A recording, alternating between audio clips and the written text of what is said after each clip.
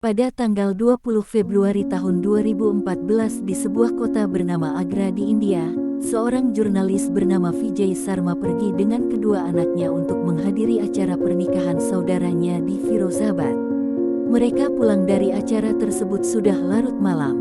Sesampainya di rumah kurang lebih pukul 0.40 dini hari, Vijay dikejutkan dengan pemandangan yang sangat mengerikan. Dia mendapati istrinya, Nilam Sharma serta anjing peliharaan mereka, terletak bersimbah darah dan sudah tidak bernyawa di lantai 2 rumah mereka.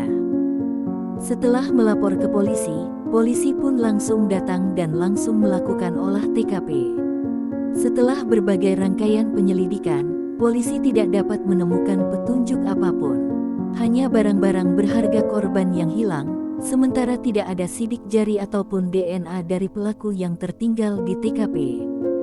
Polisi juga telah menanyai tetangga korban serta orang-orang sekitar untuk mencari petunjuk, namun tetap saja nihil. Polisi juga sempat menginterogasi seorang kenalan dari Vijay yang sedang dalam proses melakukan jual beli lahan dengannya, namun tetap saja tidak ada hasil. Polisi pun semakin kesulitan dan kebingungan menangani kasus ini.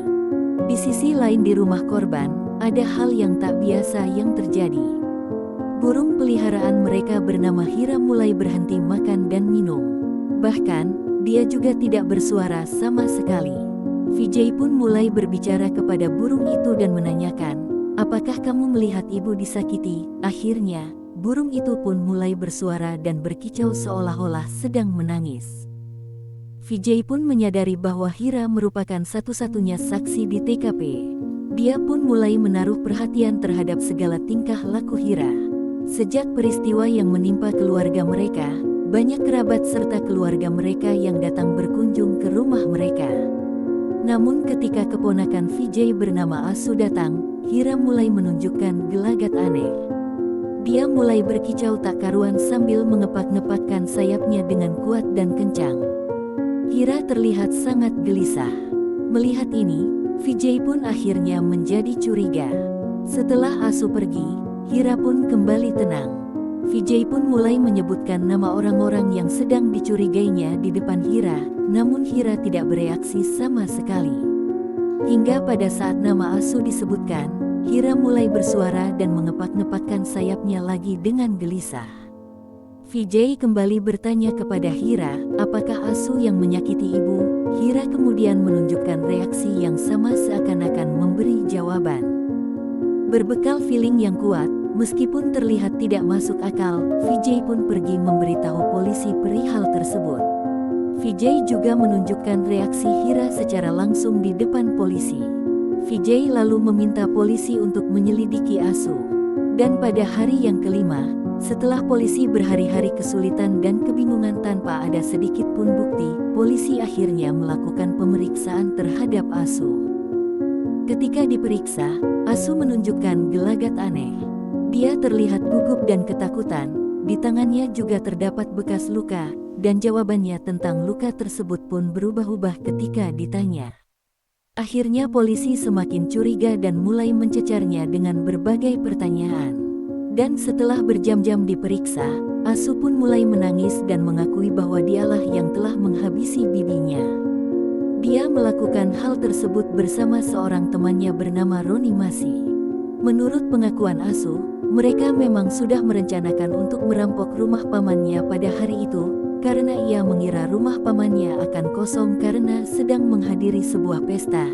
Namun, betapa terkejutnya dia ketika berpapasan dengan bibinya yang ternyata sedang berada di rumah.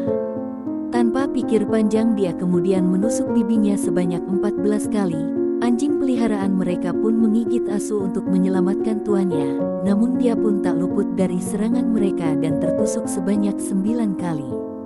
Vijay sangat syok dan tak menyangka bahwa pelakunya adalah keponakannya sendiri. Perihalnya, Asu sangat dekat dengan keluarganya. Asu bahkan pernah tinggal bertahun-tahun di rumah mereka. Dia juga bebas keluar masuk rumah mereka selama ini karena dia sudah dianggap anak sendiri. Bahkan Vijay lah yang telah membantu membiayai pendidikan Asu hingga mendapatkan gelar MBA-nya. Setelah Asu ditangkap, Burung peliharaan mereka bernama Hira itu pun selalu terlihat bersedih dan bahkan terkadang ia menangis sambil menciumi foto Nilam. Hira juga tidak memiliki nafsu makan. Menurut pengakuan anak korban, Nilamlah orang yang selalu merawat Hira selama bertahun-tahun dan mereka sangat dekat. Hira pun meninggal 6 bulan kemudian. Vijay juga telah meninggal pada tahun 2020 lalu.